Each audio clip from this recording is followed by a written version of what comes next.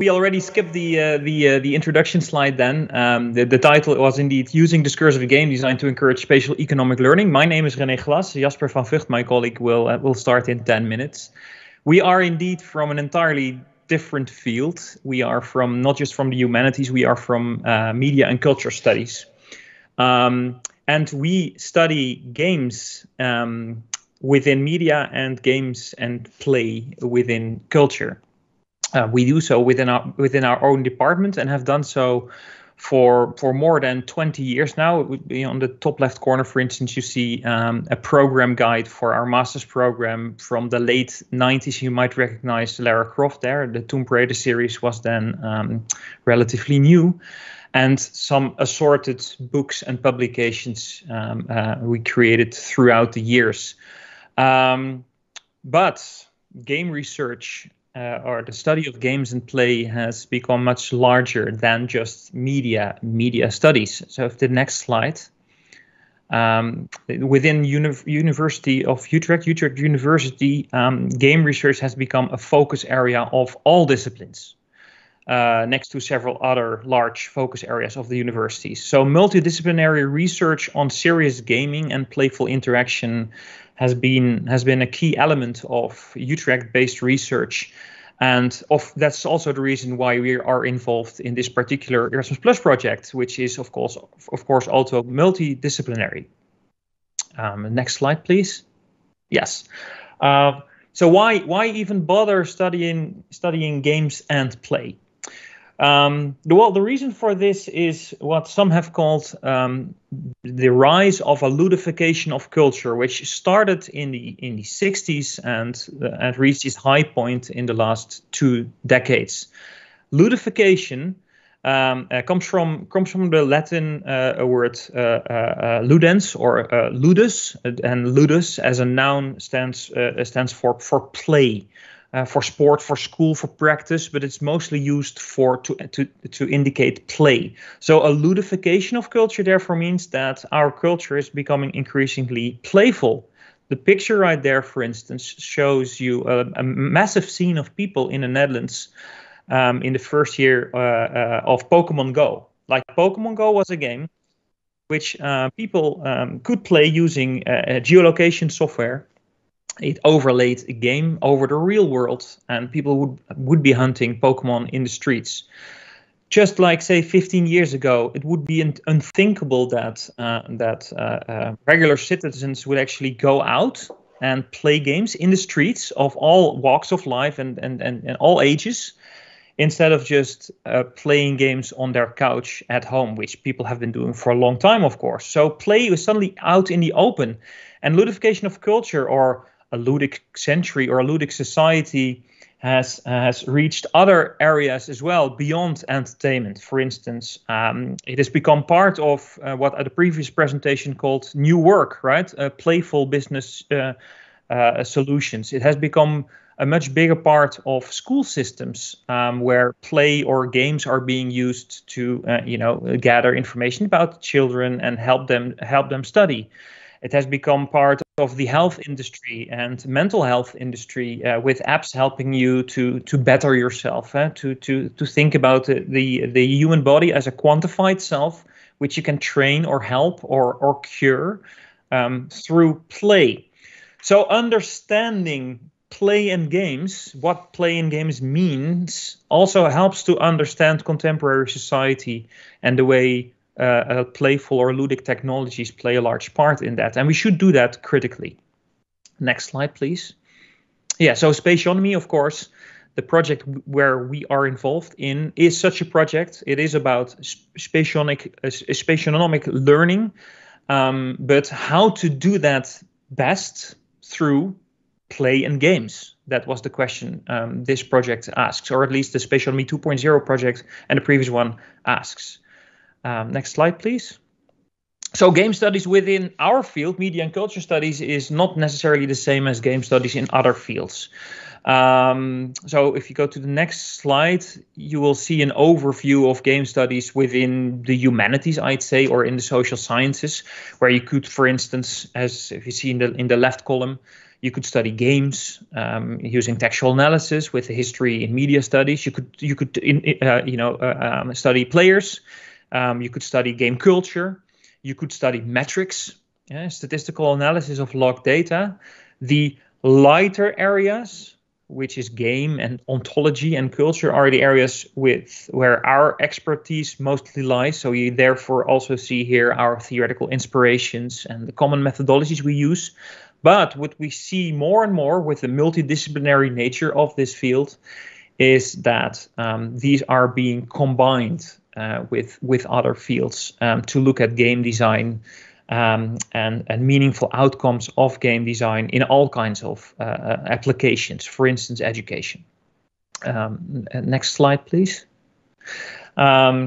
But we can go back to the beginning to understand games and play a bit better. So games and play are not just the results of culture or the results of civilized society. Johan Huizinga, famous Dutch linguist and cultural scholar, with a very difficult to pronounce name for non-Dutch speakers. So in English he's usually referred to as Huizinger or something similar, but in Dutch it's Huizinga. He wrote in the late 30s the book Homo Ludens, and in that book, which was a thick tome and the very first one describing the role of games and play in all kinds and all levels of culture and society, he also already pointed out that play is not a result of the fact that we have a culture and a civilization. No, indeed, play is the soil of it, right? Through play, civilizations come into being. So politics, warfare, poetry, all of these things originate at its core from the playful nature we have as humans. Hence the name of the book, Homo Ludens, playing man. Next slide, please. So yes, we all know games which are for entertainment purposes, but in this particular presentation we are of course talking about serious games or games with an applied purpose. So the next slide shows you that what we're talking about is nothing new. In the 70s, Clark Abt already released a book called Serious Games, where he said that serious games are games which are still games, but they have an explicit and carefully thought out educational purpose, and therefore are not intended to be primarily for amusement. They are still amusing because they're games, but they're not primarily meant for amusement. And on the next slide, you see some examples.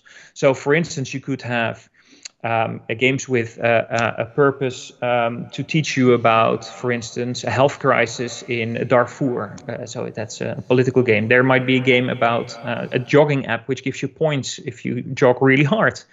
You can have war simulation games like Kriegspiel in the bottom, or propaganda games like the American Army game. I hopefully see there's an arcade machine in the right corner. Or an app teaching you about language like Duolingo, or of course, and these are well known, the toys kids use to learn about animals, for instance. Next slide, please. There is of course a difference between games and gamification, which is one of those buzzwords which might be right at place in the nice overview of developments in the previous presentation. So whereas games are rule-based systems with quantifiable and variable outcomes, and which require player effort and emotional attachment to that player effort, gamification is the use of game elements. For instance, just the points or just the badges or something in non-game context. So you're not playing a game, but for instance, you're working, and while you are working, you receive badges or points.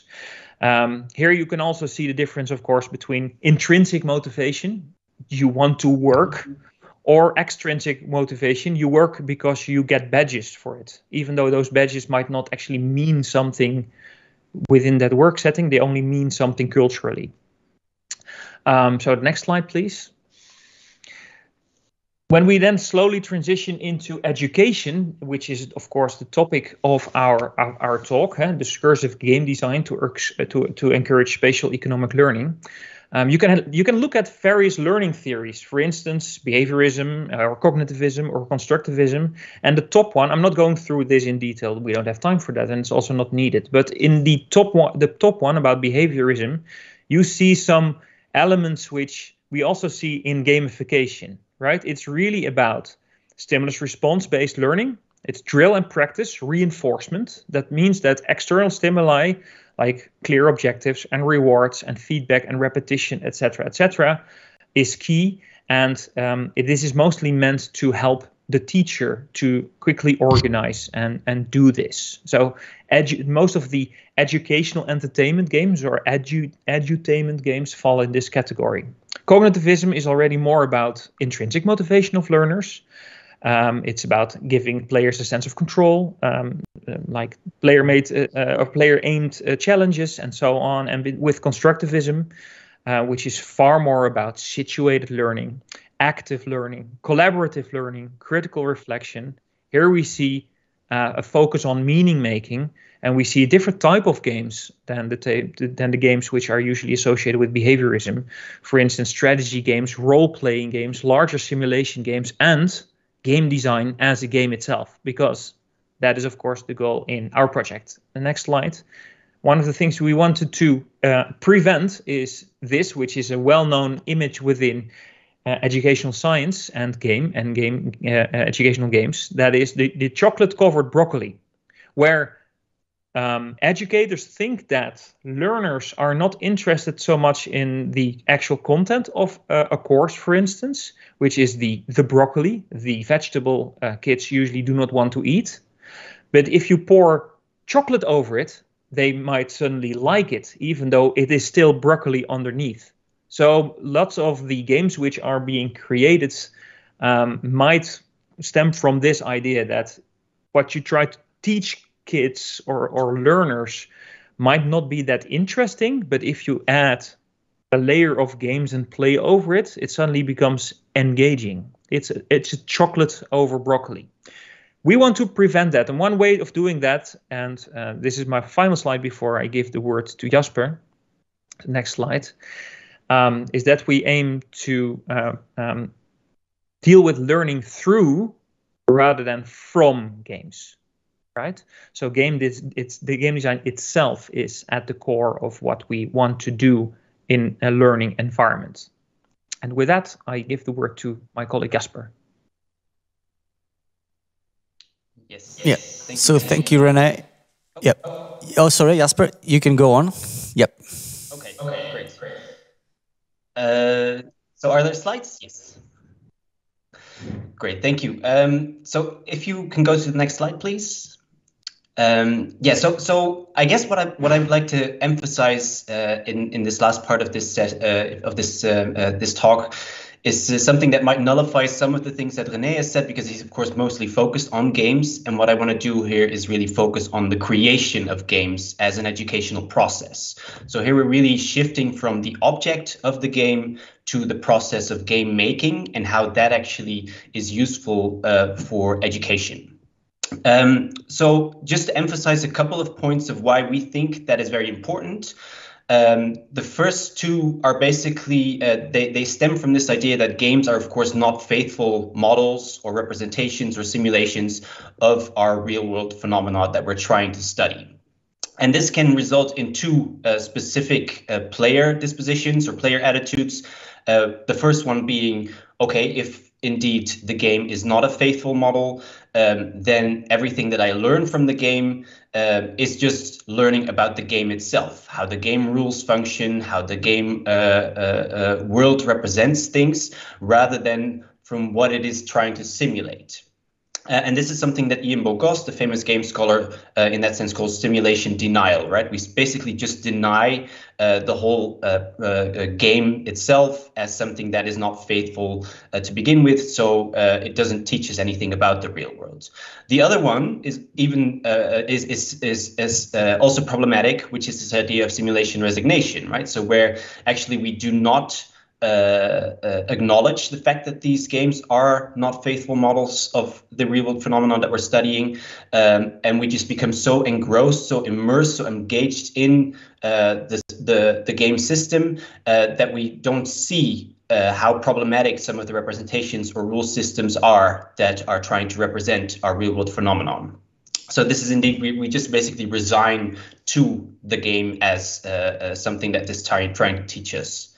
Then, of course, the issue with playing a game is that you often just identify with one single perspective on the issue, right?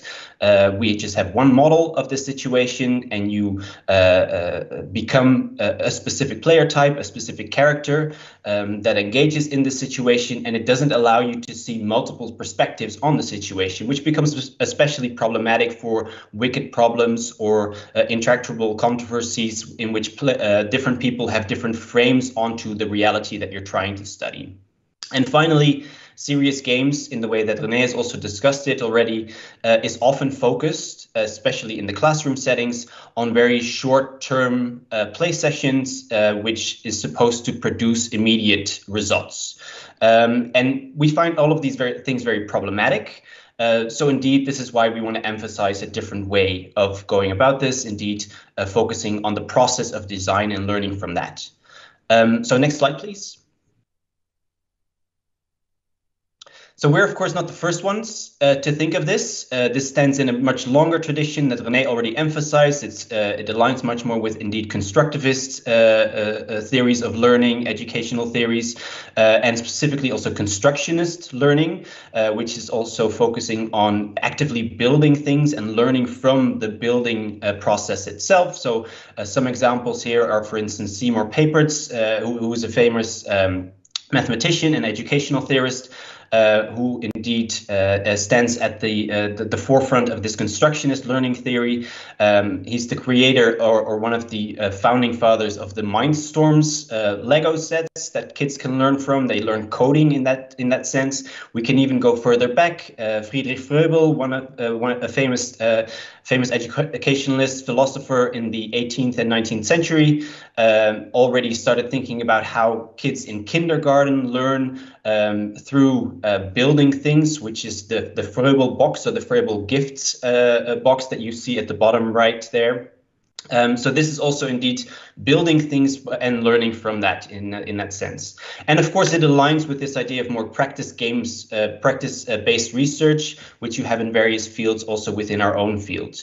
The issue with a lot of these traditional approaches is that they often focus on the creation of one single object, right? So one single game that is being made, and this is also preventing the people that are making it from exploring other constraining factors, other things in the design that might say something interesting about the model that you're trying to create, or the real phenomena that you're trying to model.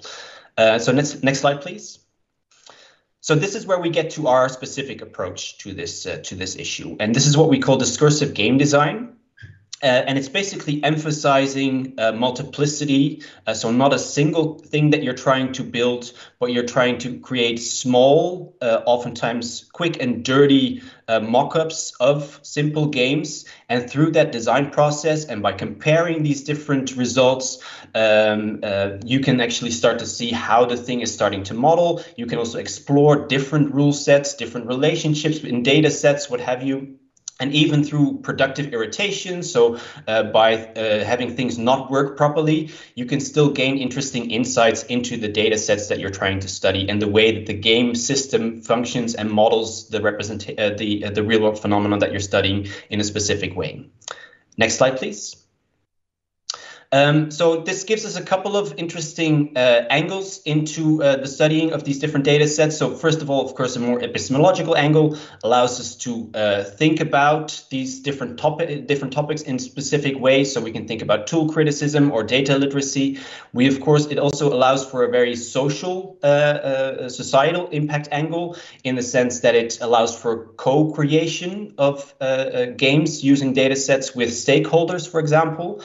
And to combine those two, you can also see how the language of game design becomes a sort of common language that cuts across different disciplinary fields, right? So we all know what a goal or a rule or a player means.